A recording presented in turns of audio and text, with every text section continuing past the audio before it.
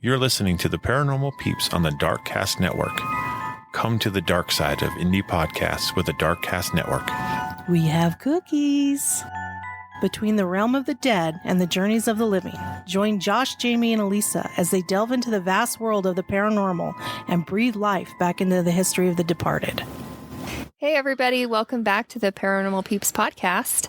And I'm Elisa. I'm Jamie. And I'm Josh. And we are back for round 3 of talking about the 50 states that have haunts in homes and hotels and museums. Mm-hmm. It's the 50 states of hauntingness. Yes, hauntingness. Hauntingness. Let's Hauntingness. just make up our own words. Exactly. It's late. I mean, it is almost 3 o'clock in the morning. It Yep. is. I will say this has got to be the latest we've ever recorded an episode. And the most that we've ever recorded in one sitting. Yes. Yes. But we're on it. Number 4. And we're going to jump right into it. All right, so we'll jump right in with New Jersey, and this is called the Spy House. It dates back to 1663 and was actually famously used as a tavern during the Revolutionary War. Yeah, I don't have a whole lot on this one, but the ghost sightings actually include a woman in white, like no surprise there, and hearing mysterious sobbing noises, and it's also reported that it's haunted by a sea captain. It does not give a name, so they may not know who it is. Okay, no, but I doubt it, but okay. I wonder, who the sobbing noises are coming from. Like if the house was full of sadness or something or what, I don't know. I have heard sobbing audibly a few times. I have heard it. Yeah. And it doesn't scare you. I've heard it where it's been very loud, and I've heard it when it's been quiet, when you're like, did you just hear that? I'm pretty sure that was somebody crying. Yeah. You know, and I've heard it where I've been in 5 feet from it, and you're like, oh man, what is wrong? Like, are you okay? Yeah. You know, and so it is like a feeling of sadness. It really is. So you wonder what the story is behind that. Yeah, what kind of pain and suffering that one endured to continue to sob. Yeah, like I actually heard while I was watching like a celebrity ghost stories kind of thing. It wasn't that, it was something else. But this guy, he grew up on a property where it was a bunch of museum places, kind of like if you were to go to Benson Gristmill, and there's a lot of houses with different things there, right? Yeah. Him and his father was this museum, not owner, but watched over it all, and like a manager. And they lived on the property, and the boys, they had 2 boys, and they would sneak off and try to find the different buildings that they could like sneak into. And they said that they could sneak into most all of them, but then they went to one of them and they were just looking through the window. It was like this main big house, and they ran over in the middle of the night and went and peeked in the window, and he saw a man at the table in funeral garb and just crying. Aww. And then stopped and just turned his head and just stared at him. Ooh. And what had happened in the past was I believe it was his daughter. I can't remember if it was his daughter or wife. I think it was his wife died. And he was so distraught. This man, he like sat and cried at her bed for like 3 months after. Oh, jeez. And so even though she was gone and passed and stuff, he was just so hurt by it. So he actually saw that. And I would have to say, I have never heard a man cry in a haunting. I've only heard females. Yeah. Or children. Women or children. I have not heard a male. Mm-hmm. So, and for him, this like scared the crap out of him. And because it was like soul deep. Yeah. You know, that look and feel. Yeah. It was soul deep. I haven't heard male cries. That's not a common thing. It's not. The Spy House, that was its nickname. It was really known as the Seabrook Wilson House. Oh. Okay. And today it's actually known as the Bay Shore Waterfront Park and Activity Center. So it's had a few different names. Sorry, Yeah. I just hit the So microphone. lots of stories of the paranormal have surrounded the Seabrook Wilson house. They say since the 1970s. So more recent. So this home has been overlooking the Sandy Hook Bay since the 1700s. Oh, wow. That's a long time. It goes back way further. Goes back in the 1600s. Yeah. And, the tales of this historic property really varies depending on who is telling them. But isn't that true with all Right. haunting stories and stuff? Same thing with fishtails. Yeah. It was this big. Oh, I was like, what are you talking about? So some of the experienced activity include Abigail, who is a woman who stares out to the sea looking for her dead husband. That's always sad. So that's sad. Remember they always had the widow's walks? Yeah, on the top. Yeah. Yep. So also children playing in the yard are seen. And they see it with their own eyes as they dissipate. Oh, that's so cool. That would be, can you imagine like driving by and like, oh, look at those kids. What? Wait a minute. Yeah. Where'd they go? I'm out of here.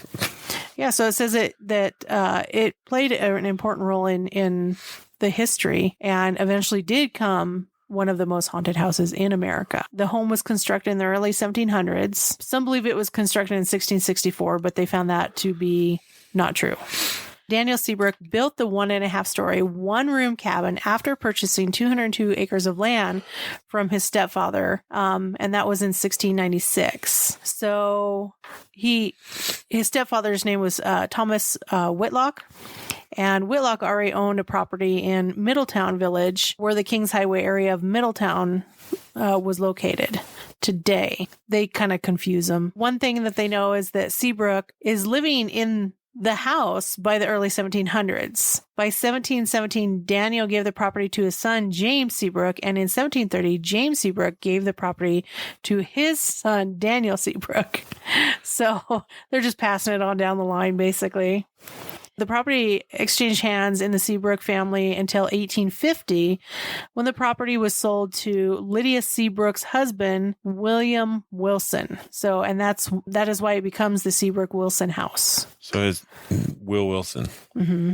Oh. because the descendants of the Wilson family live there, so it was just handed down. So between 1900 and 1955, the property was rented out as a boarding house, an inn, a restaurant, and a beachside resort. Oh, wow. And then it ended up vacant in the mid-1950s. And the local residents actually saved the property from demolition in 1967 by pushing the township to buy the site. So from there, the Middletown Township Historical Society opened it up as a Shoal Harbor Maritime Museum, which was focused on the history of the Bay Shore and its fishermen. Did they get all 202 acres as well? Because that's a lot of land. It doesn't say. It just says the house. Wow. So, and in the 1970s, the museum's curator began to interject tales of the paranormal during the tours. So I wonder if these are factual or not. So she starts telling some stories that started kind of getting some interest from the people.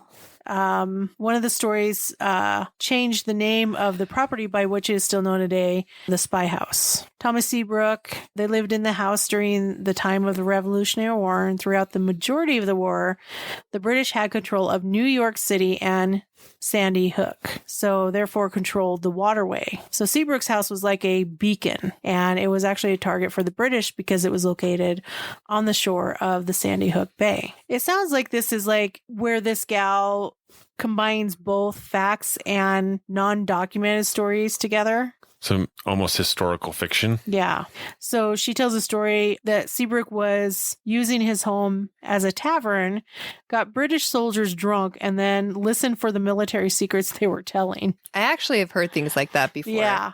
It's not uncommon back in the days, right? It is not uncommon. So we do know that Thomas Seabrook applies for a tavern license in 1803, but that's 20 years after the war was actually over. So yeah, it's hard to say. A little stretch of fiction there. So, and then they got the ghost of Abigail. These have circulated for years about Abigail, woman who stares out the window looking for her husband who died at sea. A lot of people had experience while taking the tours. This one gal says, I saw a woman standing by the water. She describes this woman as wearing a long black skirt and a red blouse with a cap on her head and her hair tied back with a black bow. Fearing the woman who looked upset, this tourist mother approached the figure who didn't move.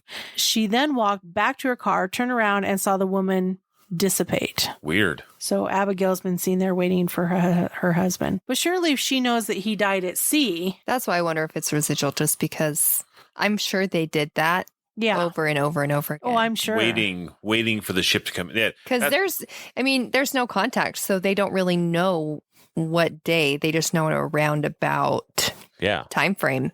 Exactly. I mean, if they do transatlantic, it takes months.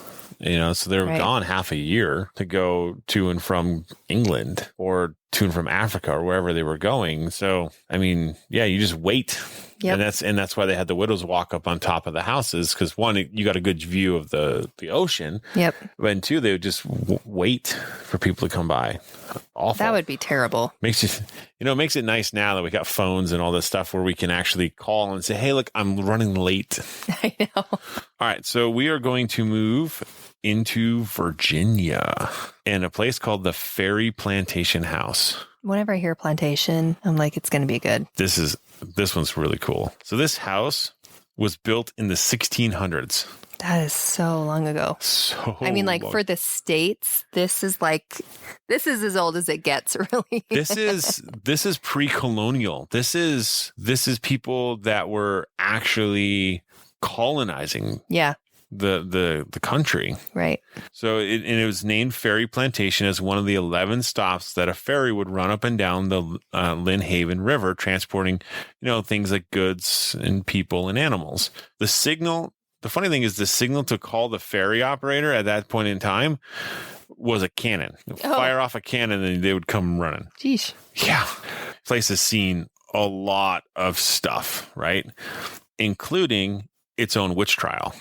So there was a famous witch trial in 1698 of a Grace Sherwood, and her neighbors accused her of bewitching their pigs to death and failure of their cotton crops.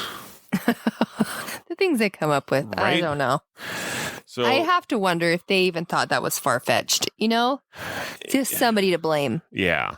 Well, one of her neighbors even went so far to claim that Grace had come into her house one night and left through the keyhole or crack in the door like a black cat. Oh, my heavens. What were they drinking? Don't know. Eventually, after the rumors and accusations continued, Grace was brought to trial in 1706. So they accused her for 8 years of being a witch. That's terrible. After a lengthy investigation into the allegations, the court justices decided to test Grace to see if she was a witch. So the practice... Let's see if she floats. Exactly. Practice called ducking, with her hands and feet bound together. She was tossed from a boat into the area of the Lynn River known as Witch Duck Creek. If she sank, it was confirmation of her innocence. So she dies anyway. Right. Water being a pure element, it would mean she was accepted by it. However, if she floated, she was presumed guilty because, obviously the water was rejecting this lady. And so here's the thing is if she floated, obviously she was guilty, right? Well, Sherwood managed to free herself from the binds and float to the top. She was convicted of witchcraft and spent 7 years in prison. Well, at least you've spent time in prison and not killed. Exactly. Like burned. Exactly. You stoned, burned, hung like in Salem. Yep, it's all terrible. So her ghost is said to be one of the ghosts at Ferry Plantation. The place of her trial was Prince Anne County Courthouse. The waters she had mercilessly been dumped and water served as the final judgment and jury of her case. She is said to be buried under one of the large trees on the plantation. She is reported to be one of the 11 ghosts on the property. Dang. Oh, wow. So she's the most popular spirit, right? But then you've got Sally Rebecca Walk. In 1751, William Walk built the Walk Manor on the plantation. His daughter Sally lost her fiance John in the war and is said to roam the plantation as she's waiting for him to return. In 1836, she planted a magnolia tree in his memory, and she is seen wandering around the gardens. There are stories also of an African-American ghost that comes up from the basement. The ghost walks across the room, kneels in front of the wall, intently doing some long-ago chore. A few minutes later, the man would get up, leave the room, back down into the basement. Years later, when renovating the room, a fireplace was found behind the wall. That's cool. It's been discovered through paranormal investigations that his name was Henry, and he lived on the 3rd floor in the slave quarters. He lived his entire life on the plantation and is content with his life, had nowhere better to go, and loved going fishing. That's sweet. Yeah, it's really neat. It's cool because, like, right when you said he knelt by the wall, I'm like, there's got to be a Yeah, fireplace. stoking the fire. Yep. So, obviously, in colonial days, right, shipwrecks were common. Storms, ice, collisions, strandings, not paying attention, drinking too much at the wheel. Don't drive drunk. Right. Don't drive drunk, and don't pilot a ship drunk. So the most feared thing, though, was a fire. Because obviously you're in a wooden vessel, you're on the water, and, well, let's face it, fire breaks out and you're hosed. Yep. Why? There's plenty of water around you to put it out. So there are lots of reports of lost souls that are hanging around from shipwrecks that are on the plantation. Yeah, I believe it. So a shipwreck listed on the great site of Wikipedia is recorded in January 1st, 1811, where the ship Lucy wrecked in Cape Henry. It's hard to say if that's, which ones. They didn't have any names of them, but they said that they're spotted there. There's a lady in white who roams around the house. She reportedly died when she broke her neck falling down the stairs in 1826. Ouch. Do we think all these ladies in white are just one singular lady in white? She just travels. It's possible. Well, and It's a lady in white. And I also wonder too, though, because when an apparition, not every time, but like when people see apparitions start to form, they see like a white cloud. Yeah. White or gray? White or gray. Mm-hmm. And I'm sure gray because it's dark, you know? But I really wonder if they call it white because that's what's happening. I don't know. It's Could just be. it's a thought. It's a theory, right? Yeah. So there's also 2 children who've been reported being seen, a boy and a girl. They're up on the 2nd floor landing, and they like to press up against the walls. Paranormal investigators favor the spirit of the little boy named Eric, who fell from a low window somewhere around 1850. He may have been the little boy on the staircase landing. Wow. So, and then former owners Charles and Isabel McIntosh lost their 5-year-old daughter in 1860. She could be the little girl. And then obviously you've got floods and other things that are happening over the lands. So just kind of leave it at that, saying there's also many potential other ghosts because of, let's face it, that area was, a colonial hotbed. Yeah. And so you don't know how many other ghosts and stuff that are from the colonial era that are there. Right. By far one of the oldest places on this list. Yeah. Now we're moving on to McPike Mansion. And this is in Alton, Illinois.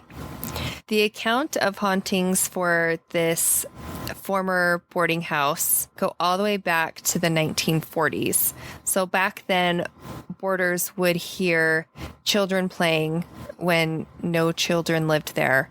Though it was abandoned for decades, people passing by would see faces in the windows.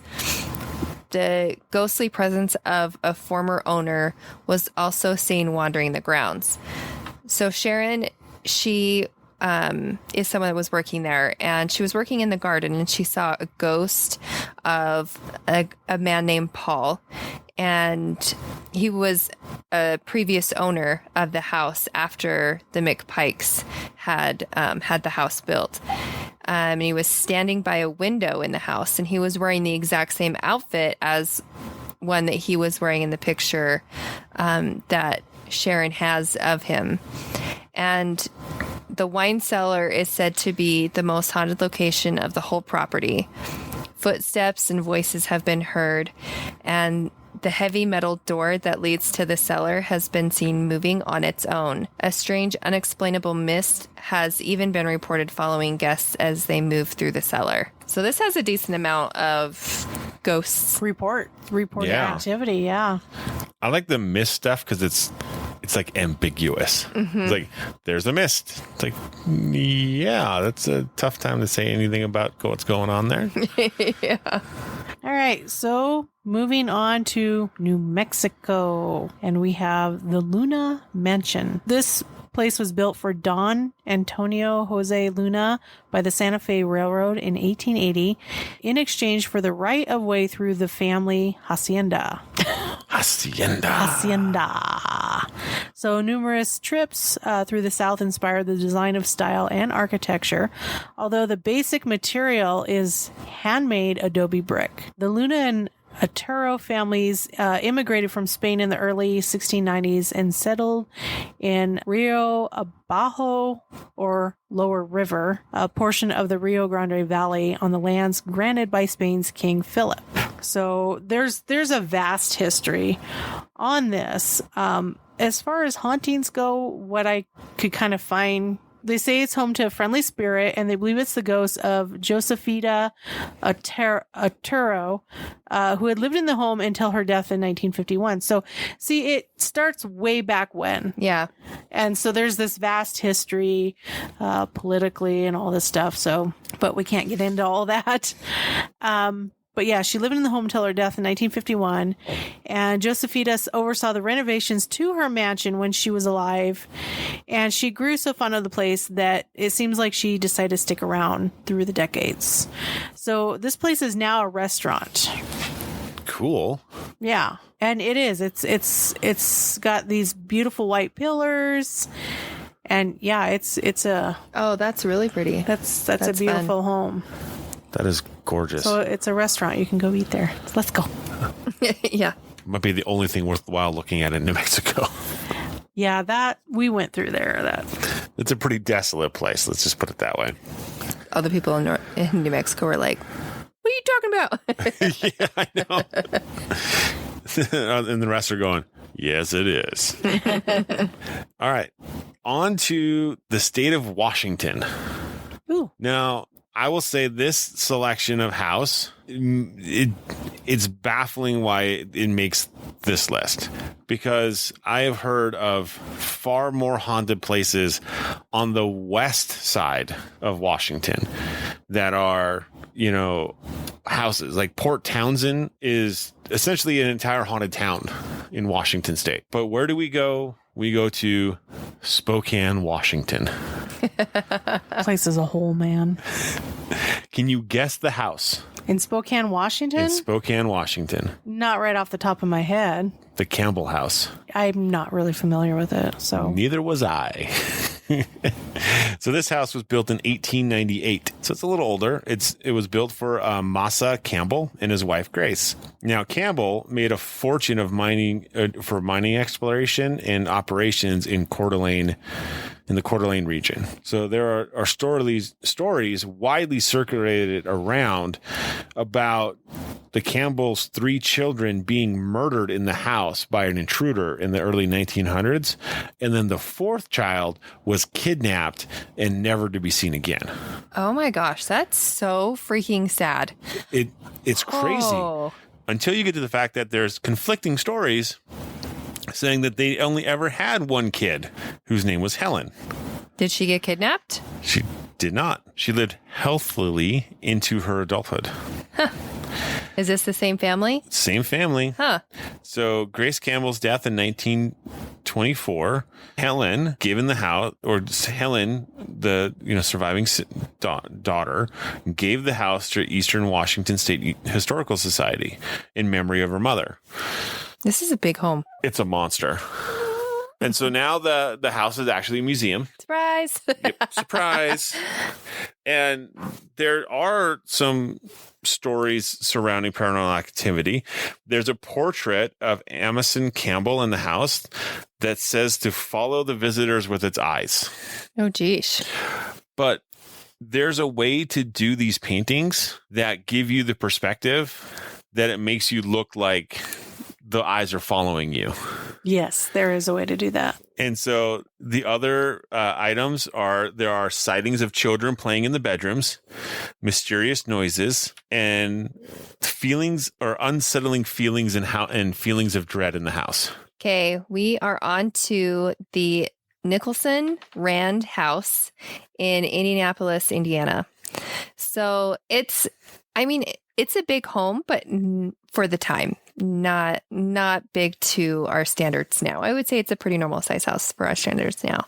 But the Nicholas House in Indianapolis started to gain public notoriety in 1997 when it was moved for the purpose of preserving it from the original location in Southport Road to a short distance away. While in the process of moving the house, one photographer from an Indianapolis newspaper took a picture of the house. And the photo, many people believe, captured the image of a ghost in the house looking out an upstairs window, but there was no one inside the house at the time. A former resident of the house was told that it was once used as a boarding house. And during its years as a boarding house, a resident hanged himself in one of the bedrooms upstairs, but there's no proof of this ever happening. There is also another story that the house was a stop on the Underground Railroad. There are stories that a group of slaves were burned to death in the basement after a fire. Oh, geez. To escape persecution, the family closed them off in the basement. It's said that their screams can be heard throughout the house. Oh, that's unnerving. Mm-hmm. Some people have also claimed seeing blood dripping through the walls, as well as distinct smell of decaying flesh. And then that is terrifying. Yes. The blood dripping through the walls, generally something like that, scary or how do you want to call it? Not real, is generally something that you're given to see as like a vision, right? Not something that's actually happening on the walls. Right. Right. Because it's like, oh, you blink and then it's gone. Right. But like generally when you smell something that bad, like the decaying flesh, or you smell something rancid or, whatever, it's generally a sign that there's an evil spirit around. So I wonder what has happened in that house, because I didn't get information on what happened in the house to make it be so haunted. But I guess other than the slaves being burned to death in the basement, I mean, that's story enough, right? But super sad. Very sad. Tragic. All right. You can tell we're winding down. I know. Super sad. Moving All right, on. so... You know how horrible that was? It was so tragic. All right, moving on. All right, so the next one we come to is New York City, and it's called the House of Death. Well, that sounds like a pleasant place. Yeah, I mean, let's book it now. Is it in the neighborhood of terror? So it's also known as the House of Death or the Death House. So it's referred to both ways. Neither one is not good. Yeah, neither one is good. The building itself, they say, is as pretty as any of the other revivalist Greek brownstones in one of New York's most prettiest neighborhoods. So it was actually built in 1856 on West 10th Street in Greenwich Village, which is now known and to this day is known as the House of Death. So it at one time or another has housed many of the city's bright and beautiful, including the wife of founder of the Metropolitan Underground Railroad and the Broadway Underground Railroad, Mr. James Borman Johnston. So Johnston was responsible for founding a reading room, library, and the famed 10th Street Studio, a collective with studios, galleries, and annual funding for resident artists, unique in New York City at the time. So after he died, his wealthy widow actually moved their daughters into the House of Death in the 1880s. So from there, the house just kind of seems to start earning its reputation kind of gradually after the Borman family stopped living there. So the first recorded incident of bad luck happened in 1897. So cycling celebrity Fred H. Andrew, the new owner and occupier of 14th West 10th Street, had a moment of bad luck. During his residency, as described in New York Times of August 9th, 1897, Andrew had a moment of reckless bicycle riding that caused him to hit a boy that was around 8 years old. The boy actually suffered a broken leg, and Andrew was actually arrested over it. The house's most famous tenant was Mark Twain. So I've had one in here that says that there was Mark Twain. I didn't say it, but yeah, That man was everywhere. it was the Hawaii one. He says he was in Hawaii. yeah. So, Mark Twain, he's a legend of American literature. And the tail end of his writing career, he was a legend of American literature at the tail end of his writing career. But at the height of his celebrity, Twain, whose real name is Samuel Clemens, was a resident at the House of Death. Only 3 years after Fred H. Andrew, the cyclist, started a streak of bad luck. Whoa. So Mark Twain only lived in the house for a little over 12 months. So, just over a year. He was battling bankruptcy and churning out some of his rush but classic works. He was also fighting depression and not helped by the sad mustache he wore constantly. Blame it on the mustache. Twain was noted a ghost skeptic, yet he wrote of a clear and plain paranormal experience he had in his new home. So one evening, he witnessed a large piece of wood kindling move in the air all by itself. Thinking the wood was being moved by a rat, would the rat have wings? Did it? Yeah. He said moved in the air. So Right? Haven't you seen a rat fly? I mean, seriously. Rat have wings. Didn't you know that? the new and improved rat. They fly now. That would not be good. So thinking that the wood was being moved by a rat, that had some use for the wood. A new piece of furniture, perhaps. He shot it with his gun. I mean, that's what anyone would do, right? The wood or the rat? I don't know. He shot the wood. It's like, no rat gonna use my wood. So then it suddenly fell to the ground and surrounded by a few drops of blood. Rats outnumbered people in New York at the time, but the house was noted for having an infestation. So Mark Twain maintained the blood was that of a rodent and not that of a ghost. I mean, ghosts don't bleed that I know of. So We haven't asked them. We should ask them. hey, put it on the list. Okay. So although Twain did not have many pleasant memories of the death house, I mean, I can't imagine why, he can still be seen roaming the stairwell of the house, and occupants have seen him trudging up and down the stairs, commonly considered the most haunted section of the home. They think he may also be responsible for disembodied marching sounds that have been heard everywhere in the vacant parts of the house. There's one notable Mark Twain encounter that was reported in the late 1930s. By 1937, the house had been converted into a co-op building made up of 10 spacious condo apartments. There's just a lot. So Mark Twain, he died in Danbury, Connecticut, and not at the New York house. But they're wondering why he appears there so often. It's kind of a mystery. Well, maybe it's one of those things where people are calling him. You find out that Mark Twain lived there. Hey, Mark Twain, come hang out. You never know. People are like, all right. Yeah. Other residents, like there's this one gal who her and her daughter took up a residency there in one of the apartments on the top floor in 1957.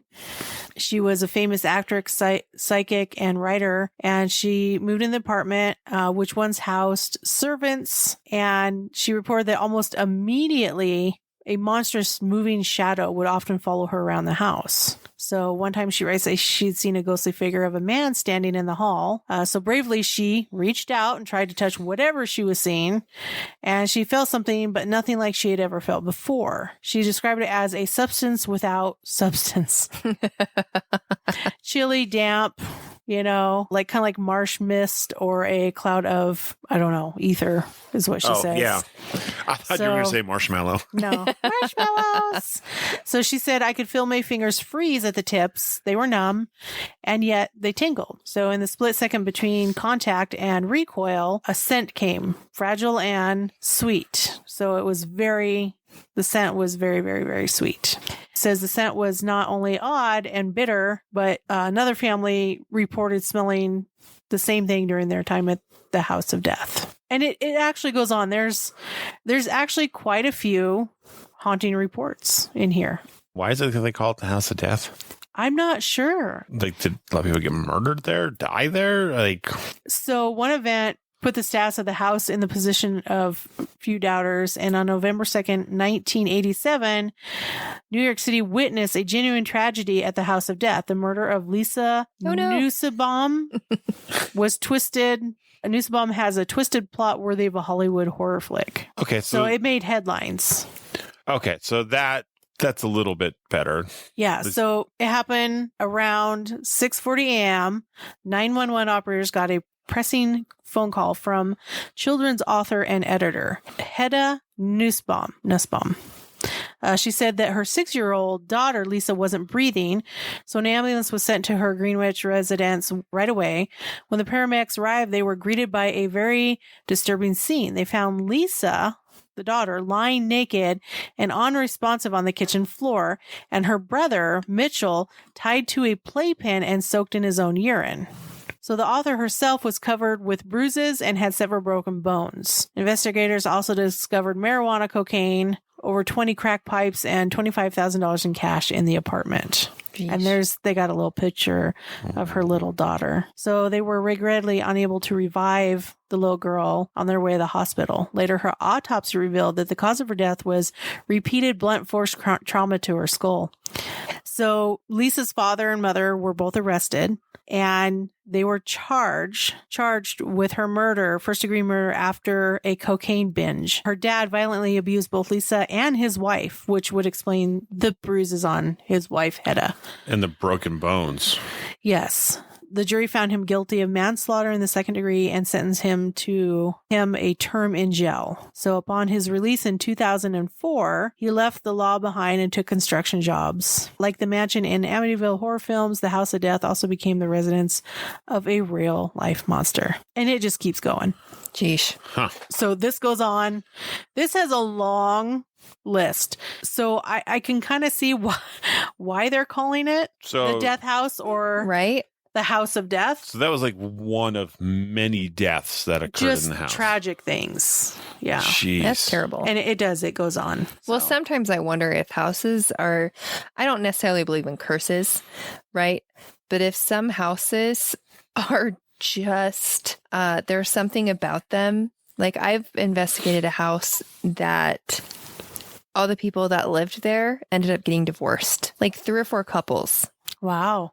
You know, and then they ended up moving out within a year or, you know, like things like that. And you're just wondering, You have to wonder if what entity, yeah. you know, is causing these people to fall and apart. amplifying it. And yeah. They're feeding off of like maybe an argument between a married couple. And they're feeding off of it and they're amplifying it to the point where there's divorce. Yeah. So it makes you wonder when there's houses like that, you're like, what is in that house that is causing all of this? Yeah. Yeah, that's definitely true. Like I would definitely guess that it was something that's in the type 3 category. Right. For sure. Something that just wants to play on human misery. Oh, absolutely. That's their target. Yeah. And I mean, you find it all over the place, right? There's always these places that are just awful. Yeah. And so with that, we will move on to a true castle. Hey. Josh is happy. He finally gets to do a true castle one. It is called Berkeley Castle in Berkeley Springs. Imagine that. I know. Berkeley Street. I'm just kidding. You're right. So the area itself has links all the way back to George Washington in 1776. Wow. Where they actually found these springs that were coming up, these mineral springs are coming up from the ground, and they don't know where it's coming from. They've never been able to figure out where the water's coming from, but it always stays a nice 74 degrees and flows at 1,000 gallons a minute. Yeesh, that's a lot of water. That's moving. You know, and funny enough, this whole area, you know, it's called Bath is one of the names they gave it. And it was also known as the seat of sin by traveling preachers because of the gambling and horse racing and just general unruliness in the area. So we'll fast forward a little bit to 1885, and you get Colonel Tyler Suit. He begins laying the foundation for his cottage, right? And a couple years earlier, he ends up marrying this lady by the name of Rosa Pelham. She's a daughter of an Alabama congresswoman, and she is 30 years his junior. Ooh, she's a youngin', or he's an old man. And you really, really hope he's 50 and older. Yeah.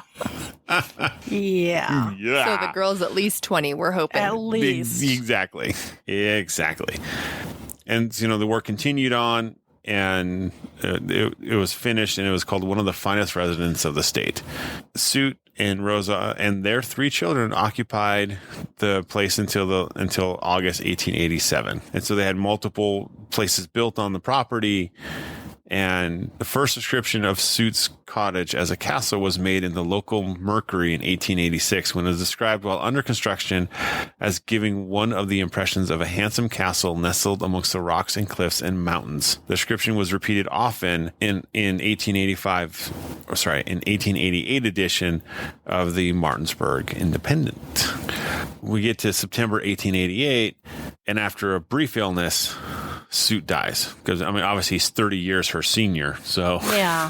it's not gonna take long. He for some time was engaged in the liquor business and connected to the Washington City and Point Lookout Railroad Company. So he had some money rolling around. Well, obviously Rosa inherits the property, inherits the money, and she throws some lavish parties, kind of, generally loves living there. She even takes another suitor. And so she had engaged in an on-again, off-again romance with Malcolm Crichton. So he was a horseman and owner of the Ravenswood, which is a large estate out in West Virginia. So he had money of his own. Yeah. Kind of neat things is in 1895, water and electricity were put in the castle. Wow. So up until that point, they had no running water and no electricity. Mm-hmm. That's a game changer right there. Right? Exactly. So in 1902, the castle was initially reported to be rented for the summer to a New York millionaire, Howard Gould. So it's kind of had a lot of people coming through. And the cool thing is in 2000, the property was bought by a paranormal investigation group. Who? Zach Baggins? No, just a local group out of West Virginia. Oh, that's awesome. I know. They bought it for $370,000. Cool. And they turned it into kind of a haunted bed and breakfast type of scenario. Yeah. Which is super neat. I don't know if it's still running as that. If you look it up, it says permanently closed. So, maybe not. Maybe not. But it is reported to be haunted by Mr. Samuel Sweet and his wife Rosa. But it's kind of tough to get any real true stuff out of there, just because, or real definitions of hauntings, just because it's been closed for so long. Yeah. To the general public. So now we go to a famous place that I'm sure a lot of us have heard about is and this is where it's going to be hard for me to say because it's so late.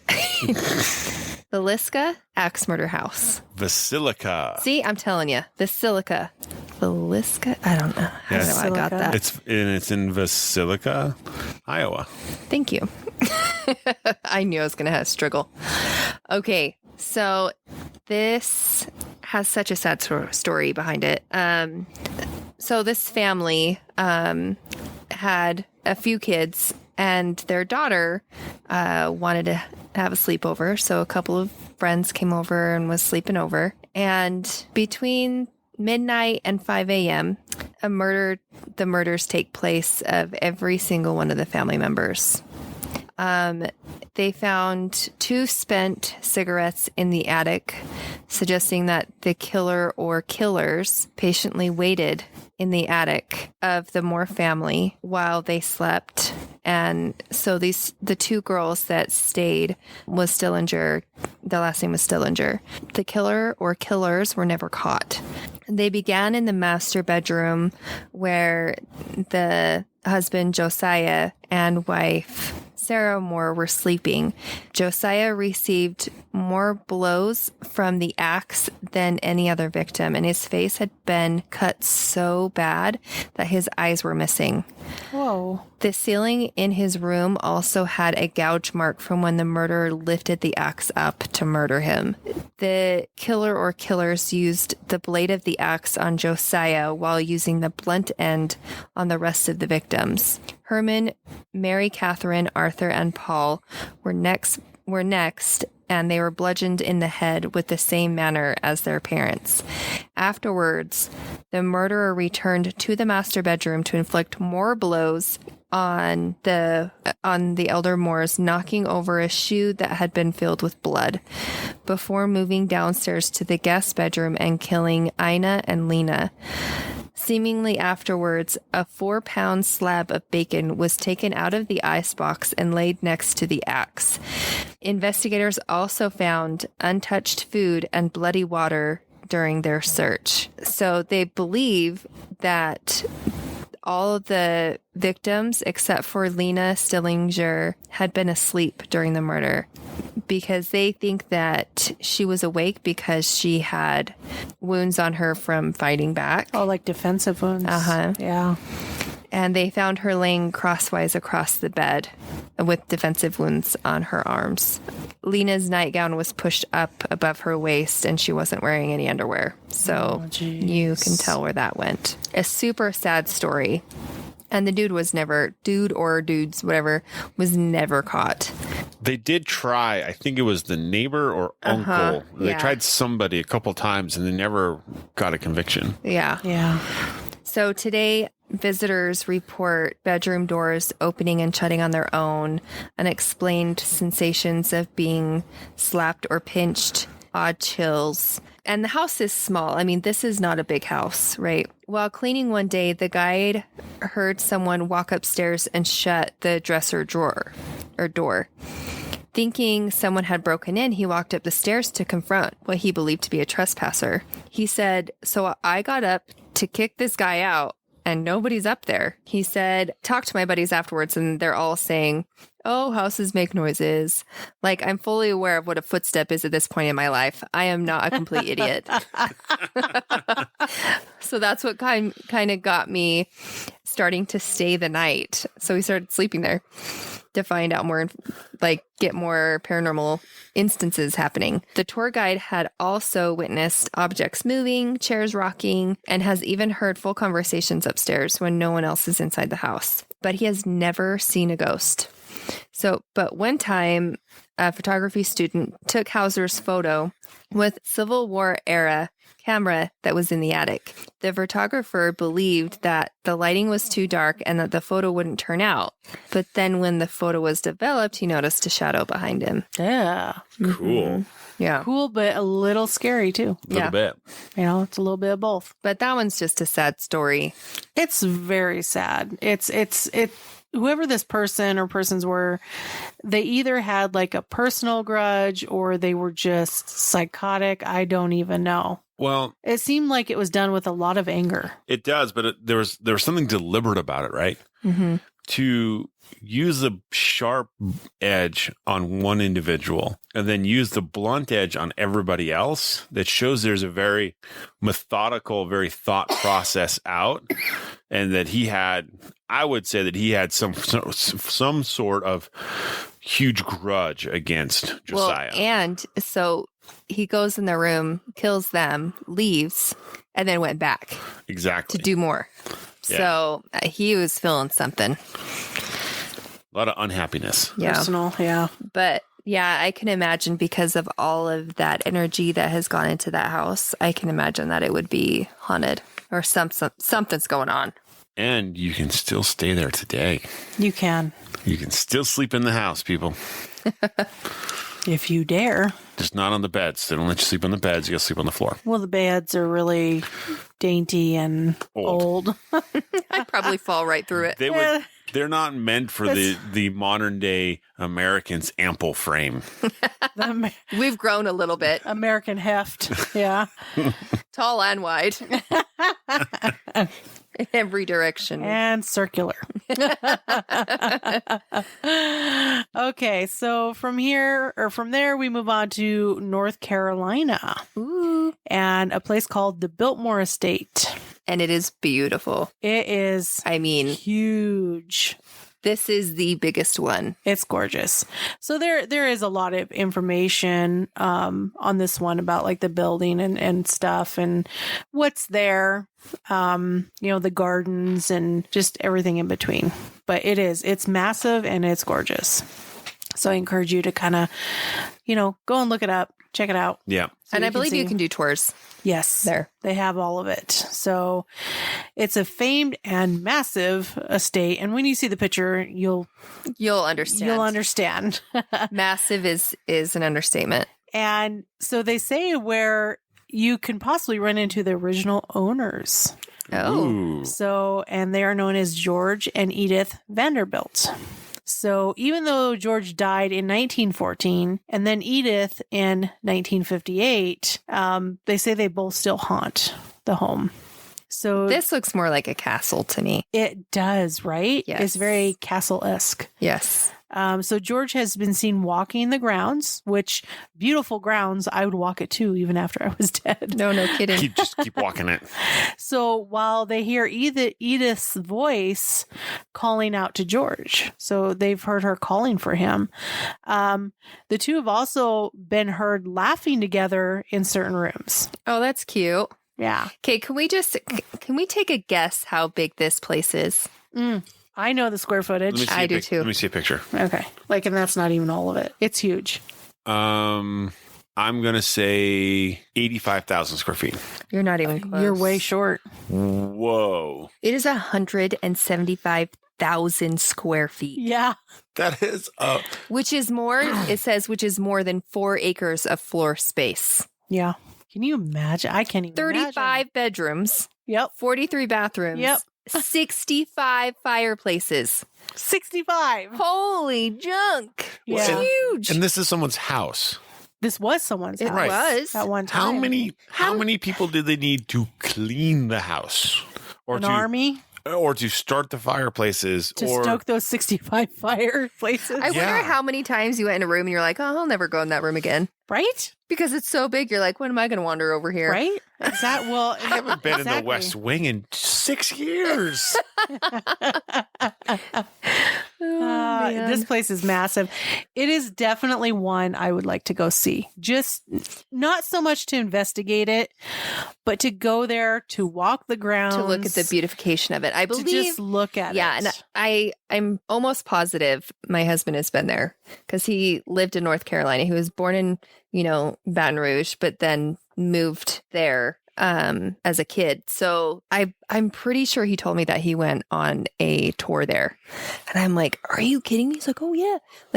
I remember him talking about this amazing, beautiful home. I'm like, I'm pretty sure this is it. Wow. That's cool, Add it to the list. Another one. right? Add them all to the list, honestly. They're all on the list. So what ghost hunting things, ghosts have been reported there? Mainly, they're saying it's George and Edith, Just them.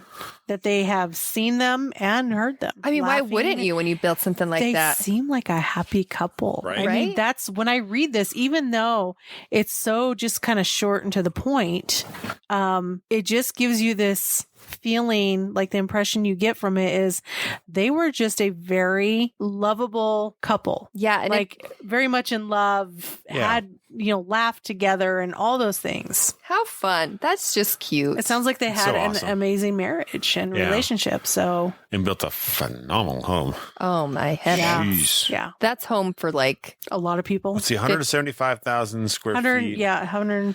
Actually, mine said 178,000. 178,000 square feet. Really only need about 500 square feet per couple.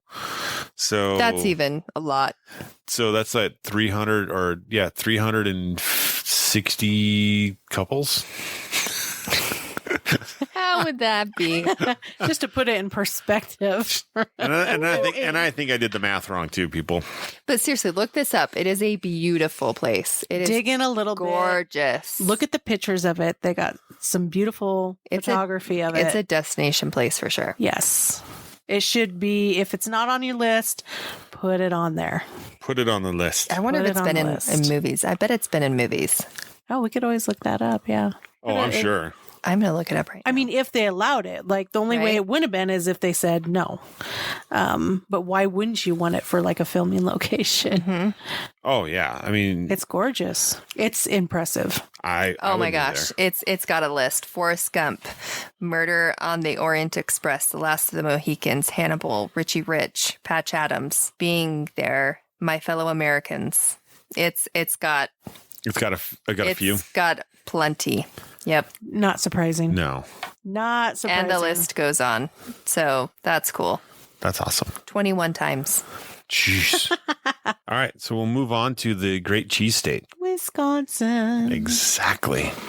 Look, I've said this before, and I'll say it again. It's the only place I've ever been driving on the interstate where you get a gigantic sign that says cheese, and this tiny little sign underneath it that says gas. I love it. So we're going to talk about the Octagon House, and it is in Fond du Lac. Man, I am... It's where? Fond du Lac. Fondue Lake. Oh, Yeah. so like cheese. So should we bring some bread and We should. It'd be great. our little Fondue. forks, long forks? It was first built by Isaac Brown in 1856, who actually was the first mayor of the town. So, and he built it on an old settlement and trading post. The interesting thing is that this is an actual octagon-shaped home. That's cool. And on the first floor, there's 4 rooms. And on the second floor, there are 7 rooms. I was gonna say you skipped a few. Right? And it's because it's, an octagon, there's a central staircase that goes up and down, spiral staircase. It's not that makes this place so interesting. There are actually 9 secrets to this house. Ooh, do tell. That's cool. So there's a false fireplace in the parlor that conceals a small wooden staircase. If you take the staircase, it brings you to a basement tunnel, then to the river. Oh, that's so cool. There's a small storage room concealed beneath the porch. There's a crawl space behind the panels of fake drawers in the upstairs bedroom that leads into a secret room. There, a message scratched into the wall dated in 1888 seems to give directions to the next safe house along the Underground Railroad. Oh, How cool. That is awesome. Yeah. That's so cool. He obviously was involved in the Underground Railroad. They're helping slaves journey north to Ontario. I love hearing about these stories. I do too. I am so fascinated with the Underground Railroad. It's beautiful. I love it. I love it. Yeah, and the people that were running it, they were just as much as everybody else putting their lives on the line. Yeah. Their lives, their livelihood, everything was on the line to get these people out. Well, that's what I'm saying. Like it was a beautiful gift that they gave these people running from being slaves. So Which the one behind the fireplace with the tunnel, the thing that led down to the river would make total sense. Exactly. yeah. But I would always wonder later, though, I'd be like, man, what if somebody comes into my house that way? Just make sure it's really locked up and blocked off. Yeah. Because that would be scary. It would be, definitely. So some people think that the secret spaces weren't used for the Underground Railroad, that they were used during Prohibition. I was going to say, what, in a little drink? Yep, to First transport one, liquor. then the other. First, and it's it very could be possible. both, though. Yeah. I mean, really, it could be both. Yep. Because That's what I'm thinking. the Underground Railroad would have been running in the 1800s, where obviously Prohibition was until the 1900s. Yeah. So, like I'm saying, it could be both. Yep. Yep, exactly. So obviously, bootlegging was pretty popular there. It earned the city earned its reputation during Prohibition as Little Chicago. So obviously, it's really close to Chicago, and there you got Bugsy Malone, Al Capone. They're running all of their stuff during Prohibition. Yeah. That would be a scary place. Yeah. It would be crazy. So Edwin and his wife raised 3 kids there, Lewis, Edward, and Hattie. And of course, Civil War breaks out, and Edwin joins his friend Edward on the battlefield for the Union, and Edwin doesn't come back home. That's sad. He died in the Battle of Antietam in 1862. So the hauntings here are really just believed to be a ghost of a young boy, probably maybe one of the sons. Hard to say. They get some weird shadows and things moving around in the house. Like there's not really... So nothing like scary. Typical. Yeah, it's kind of the typical benign haunting. Standard. We'll Yeah. call it standard haunting. See, and if you guys notice, a lot of these are very benign, very calm hauntings. It's not like reaching out and scaring you. I mean, there's some that are like that, but for the most part, these are pretty calm. Yeah, Calm hauntings compared to what it could be. exactly. Yeah, the Sally house in, here we go again. Atchison, Kansas. Yes. Atchison. Oh, man. Okay, so I apologize for people that live there. I'm so sorry. It's late again. Now it's 4, so... Jeez. Man. It's Saturday, guys. Okay. Originally built at the turn of the century, this house became the residence of the Atchison physician. Oh, this is going to be hard. The front served as an office space and examination rooms, while the doctor and his family lived upstairs. One day, a frantic mother arrived carrying her 6-year-old daughter, Sally, and the child collapsed from severe abdominal pain. I think we've heard this a few times. Yeah. The doctor diagnosed appendicitis and knew there was no time to delay surgery. So, believing that the appendix would soon burst, the doctor began cutting Sally before the anesthesia took full effect. Oh, jeez. Okay, let me tell you, I know what that's like. I had a C-section without being numb. So, Ow. yeah, so I can tell you that, like, your body goes into shock. You feel like you're on fire, right? Like, the cutting across your stomach, you literally feel like you're on fire, and then your body goes into shock. And I started kind of like hallucinating at that point. Not hallucinating, but like almost like my blood sugar dropped or something, and I was just out of it, Yeah. not making a whole lot of sense. And so I can imagine that this was a struggle. Sally screams, and then suddenly, and I did the same thing, but then she stopped and she grew pale and limp. She ended up dying on the operating table. So her last memories was of a man she thought was torturing her, because she's only 6. Yeah, she's very young. She doesn't really know what's going on, right? Yeesh. And when you're in that much pain, you're not paying attention to what's really going on around you. Right. Though the house had long been known to be haunted, Sally's haunting grew ominous in 1993 when the house was rented to a young couple. Their dog seemed to growl at nothing, especially near the upstairs nursery.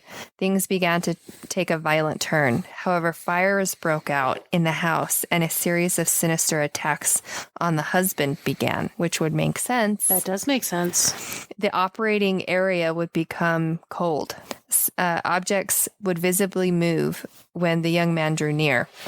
He could feel scratches on his chest and his abdomen, but never did the ghost attack the wife or the baby. Just the man. Just the man. Well, think about it. The doctor operating on her before she dies, last thing she remembers, like Elisa said, is being what she thought was tortured Yep. by a man. Uh-huh. So that totally makes sense why she would target the man. Totally makes sense. It's super sad. It's very sad that she's, just the excruciating pain, the thinking, why is this person doing this to me, causing me so much pain? Yeah. And she's angry. How angry can a 6-year-old be, though? Well, a 6-year-old who has now unlimited Time and energy. Right. and is able to process. That's true. That's a scary thought. That's really a scary thought. Well, and I wonder if sometimes it's it's such a big moment of death that you wonder how much they hold on to that last moment. Yeah. Yeah, it's something that tragic, that perceived violent, Right. right? You'd imagine Which they was probably really meant to be helpful, but wasn't. right. But I mean, how many 6-year-olds understand what surgery is, especially if you've never had it done, never seen it done, and you're in a lot of pain, and then you get more pain. You get more pain, And it's not even like you're numb. They're not even to that point. It's just like, nope, we're cutting open. Yeah. Now's the time. We can't wait anymore. And now, so my doctors told me, they're like, sorry, we got to go. And it's terrifying. It is absolutely terrifying. I can only imagine. But I had drugs that they gave me that finally kicked in later. right? Which I was able to calm down and stuff. But legit, she did not. It's terrifying. Oof. Yeah, she was probably just terrified. So I actually want Josh to do this one because I know he had mentioned earlier that this is one that he wanted to do. Only because I grew up in the state. So, well, that's where your grandma and grandpa lived. Yep. And so I want you to do that one so you can pull it up on your tablet and get more information, because that is just like a little snippet. That is a little snippet. It's not much. No. We are going to talk about Fort Abraham Lincoln and the Custer House. So this is located in Mandan, North Dakota, which if you don't know where that's at, that's okay. Most people don't. It's actually just across the Missouri River from Bismarck. So Bismarck being the state capital, it's just across the river. It's just a smaller town. One of the reasons why I wanted to do this is not just because I grew up in North Dakota. It's actually because I have been to Fort Abraham Lincoln probably 24 times growing up. Oh, that's neat. And I mean, there's not much there at the property. So there's on one side of the property, you have some of the Mandan Indian earthen mounds. So, all of the dwellings that the Native Americans or indigenous people lived in, right, were always, varying upon where they lived. And so the Mandan tribe, they were an agrarian culture. So they actually farmed. And so because the Missouri River is very fertile, it floods every year, great place to grow your crops. They built earthen lodges. So big earth domes. Oh, neat. Is what they were built out of. And Cool. then in the inside, there's wood and stuff to hold the structure up. And there was some of the ones are 4, 5, 6 families would live in it together. Really? Ooh. Yeah. So they were good sized. They were huge. Wow. That would be cool to see. I'd love to see something like Right? Yeah. They're super cool. And now the Fort Abraham Lincoln, there's not much left in the fort. There's the palisades are up, and there's some reconstructed guardhouses. But the interesting thing about them is instead of being a straight up and down guardhouse, it's actually like 2 blocks that have been twisted. Oh, weird. that. That's different. Yeah. It's super different. And, the main purpose of the fort was a trade center for people heading west. So Fort Abraham Lincoln, for those people that were traveling west to the Oregon Trail, that was one of the last stops. So if you remember in the movie Dances with Wolves, he stops at the fort. That was Abraham Lincoln. Cool. Yep. So, and of course, General Custer built his house on the property. Not custard. Custer. Custer. I like to look, he got turned into custard, okay? General Custard. Yeah. Mr. Green. Mr. Green. That's mustard. He didn't actually spend a lot of time in there before he ended up meeting his untimely demise in 1876. No. Like a lot of things in the area, that was lost to time, right? The building was actually destroyed. So they actually rebuilt it in 1989. And it seems like when they rebuilt the building, the spirits kind of came back. Something familiar. Yeah. Yeah. So what people end up experiencing, there's a woman in black dressing. Oh, this is new. Yeah, a woman in black, not a man in black, not Johnny Cash. A woman in black, and she's seen looking out the second floor window of Custer's house. And maybe it's actually his widow. I was gonna say, is she in mourning? Yeah, that's what they say. It's reported that she haunts the home, and a lot of witnesses have reported seeing Miss Custer in her full mourning gown, along with hearing phantom voices and seeing the lights go on and off. So, but they believe that his wife is among one of the spirits haunting there. Oh, that's sad. And then, you got footsteps heard pacing back in the sergeant's quarters in the barracks. That would make sense. Yep. Voices of weeping women echoing along the boardwalk. Yeah. A shadowy figure stalking the commissary at night. Horses' hooves stomping the dirt in the stalls and the stables. That's so cool to me.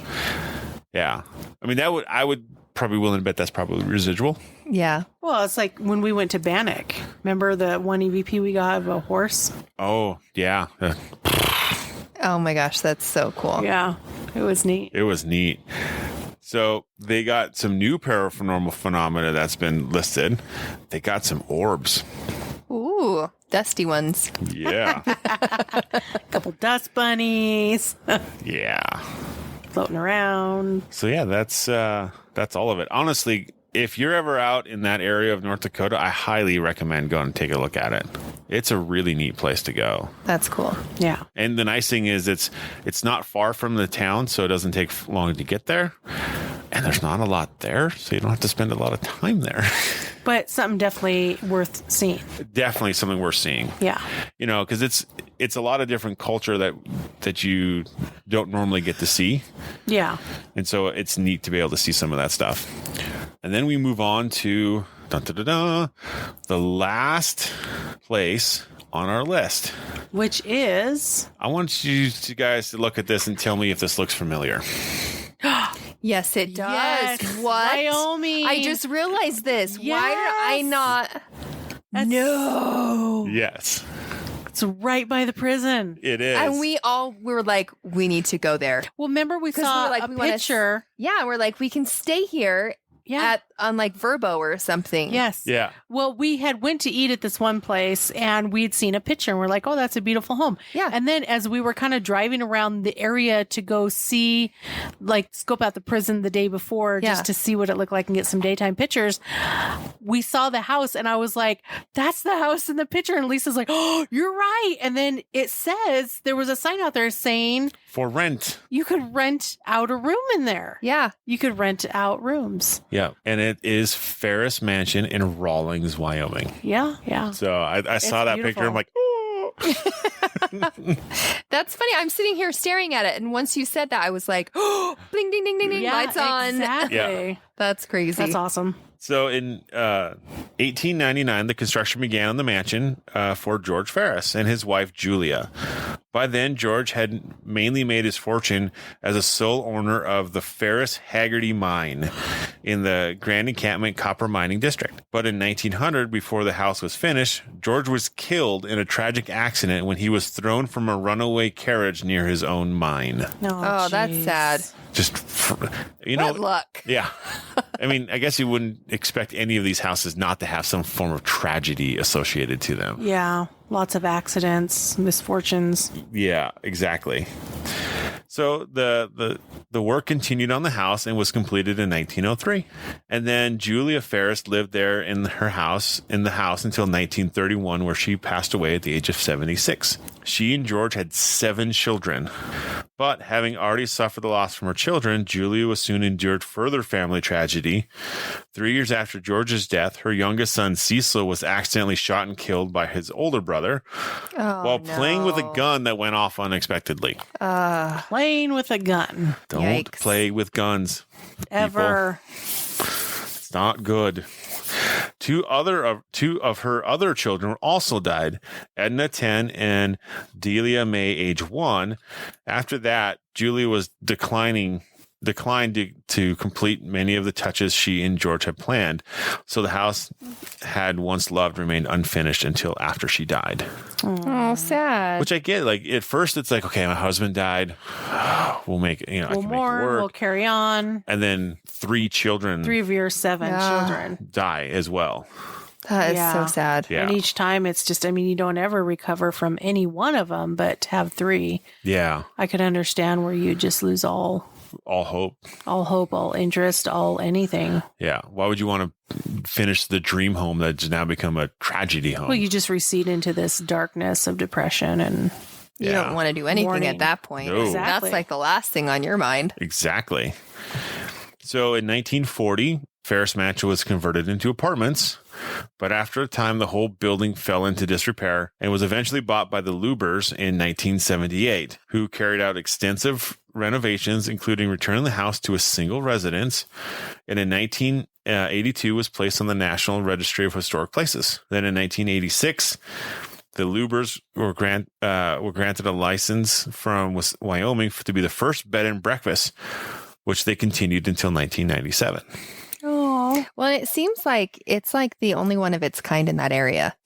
yeah. Because all the other places, all the other homes are, like near typical 1-story, Yeah. two-story maybe home, But like This one really stands out. it really, really did stand It's out. the color, like it's multicolored. Well, it's just the size of it. It's just the architecture. It just Yeah. all really draws your eye. Yeah, it's really, really neat. So obviously the place changed hands quite a few times until 2010. And then for obviously it's considered one of the most haunted places, or wouldn't be on this list we're talking about today. But the haunting started back in the 1940s. Oh, okay. So workmen converting the mansion into apartments claimed to have witnessed apparitions and other unexplained activity. According to the reports, some days the men were driven out of the house in terror. One report even alleges that 2 of the men died in mysterious circumstances while on site. Oh, that's kind of scary. I wonder if there's like any documentation on. I guess we'd have to dig a little bit. I would bet with Rawlings being as small of a town as it is, if you can get to the archives, the newspaper archives, you could find something located on that. Right. Yeah. Those deaths would have been reported. So later claims of the Harris Mansion's hauntings, including when families were living there as apartments. So it was widely believed that these ghostly sightings are probably associated with Julia Ferris and her children. Full-bodied apparitions have been witnessed on more than one occasion, including forms of 2 young boys, one whom was believed to be young Cecil. Another reported a sighting of a woman wearing a long white Victorian nightgown, believed to be Julia Ferris. So would that be a woman in white? Yep. Technically, yeah. Why not? Right? Usually it's a dress, but nightgown dress, it's pretty close. Their nightgowns were fancy. They were. The ghostly figure had been seen in many different rooms throughout the house, but particularly in the kitchen, where she is thought to still be absorbed in the household task as she cares for her family. Oh. Many residents and visitors have reported unexplained electrical problems with lights around the house frequently flickering or even turning on and off. Whispering voices are sometimes heard where no one is there. Footsteps or knocking sounds have been heard along corridors and in empty rooms. And shadows have been seen in front of a room where somebody is believed to have died, but these shadows have no source. Wow. That's so cool. That sounds like a pretty active place. I know It where we're does. staying next time. In one room. That's All right. together. Yeah. What? We're going to rent the whole mansion? Oh, it's You can't. I think can't. she It's lives there. by the room. I think somebody lives there I think so. I think it's listed. because I believe it's on VRBO. Yeah. It's actually listed for sale. I don't know if it's actually been sold, Well, okay. So but whoa. We're buying what's it, the date right? on that, on where you're getting your information? January 26, 2021. Okay. So it's 2 years ago. 2 years ago. So it may have been already changed hands Because we just went this year. We Yeah. did. last So- year. So Was it's it last listed. year? 2022. Oh, now we're in 2023. Hot Yeah. dang. It was listed at $825,000 But I believe it. and is listed as they call it 8,000. 8 bedrooms, 6 bathrooms, 7,999. Just round Square up feet. one. Come on. I'm sure you can find a square foot somewhere. All right, guys, that was All 50. all 50 states, 50 locations in 50 states, Yes. and quite a few of them you can go visit Yeah. and stay. and stay or investigate. Or eat at, because some are restaurants. Some are restaurants. Yeah. And you can just put your K2 meter next to your fog wall as you're eating. Fagua. I don't know if they're that fancy, but yeah, why not? I haven't even heard of that before. Fagua? It's goose liver. That's disgusting. Why would you eat that? We wouldn't. We just like saying fagua. I was late. Early. Which way are we at now? We're early at this point. Yeah, we have gone past late. We have entered into early. So we just want to say, thank you everybody for hanging out and listening to all 50 states and 50 locations And all the hauntings. and all the hauntings, And we hope that you join us for all of season 3. which just concluded. It'll end at 4 episodes. Yes. But I'm just saying, new season, Absolutely. new year. It's all exciting. New stuff. We got new stuff coming, new venues. Some All that of you it. may have heard about by the time this episode airs. Possibly. Absolutely. Yeah. We'll have more pictures and more information posted up on our social media accounts. And where can they find us? Lisa's like, not me. I don't know. There's too many of them. I can't keep track. So you can find us on Facebook at Cold Spot Paranormal Research, as well as Paranormal Peeps Podcast. He just tossed a card at her that gives all of it.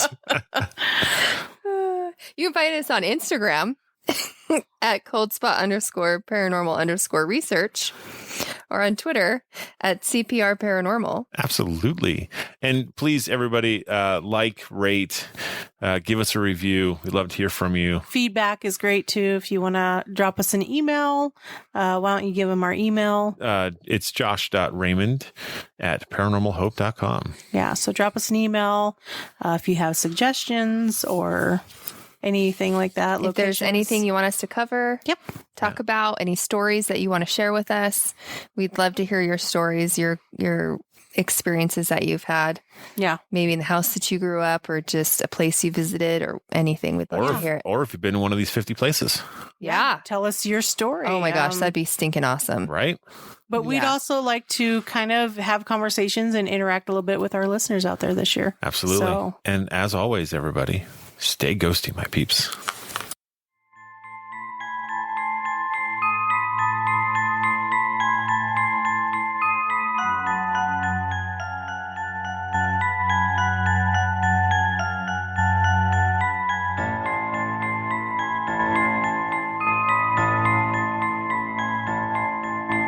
Hey, everybody. Welcome to the Paranormal Pete's. Pete's? Paranormal Pete's? Who's Pete? Oh, you're Stinky Pete. That's right. Paranormal Pete's. Paranormal Podcast. Stinky Pete's. We are, and continuing on with the 50 states of hauntingness. Holy cow. This might be a bit rough, guys. All right. Let's start that part over. We can add that one to the bloopers. Yeah. All right. We are continuing on with laughing. Oh, We are. family. Deep breath, Josh. Let's take it. Let's do it Editing is again. going to be rough. So we are continuing on with our 50 states of hauntingness. Cut. Hauntingness. Hauntings. Just hauntings. I don't know why you're trying I don't to know. drag it out and extend the word. We are continuing with our 50 states of hauntings. We are on part 2. Part 2? Part 2. We had that. Part doo-doo. Doo-doo. Do. Oh, on a high note, our blooper reel is going to be good. It's going to be awesome. It's going to be full. Yes, it is. All right. Yeah. Go. Thank you for listening to the Paranormal Peeps podcast. You can find us on social media at Twitter at CPR Paranormal, on Facebook at Paranormal Peeps Podcast and Cold Spot Paranormal Research. And you can find us on Instagram at coldspot_paranormal_research.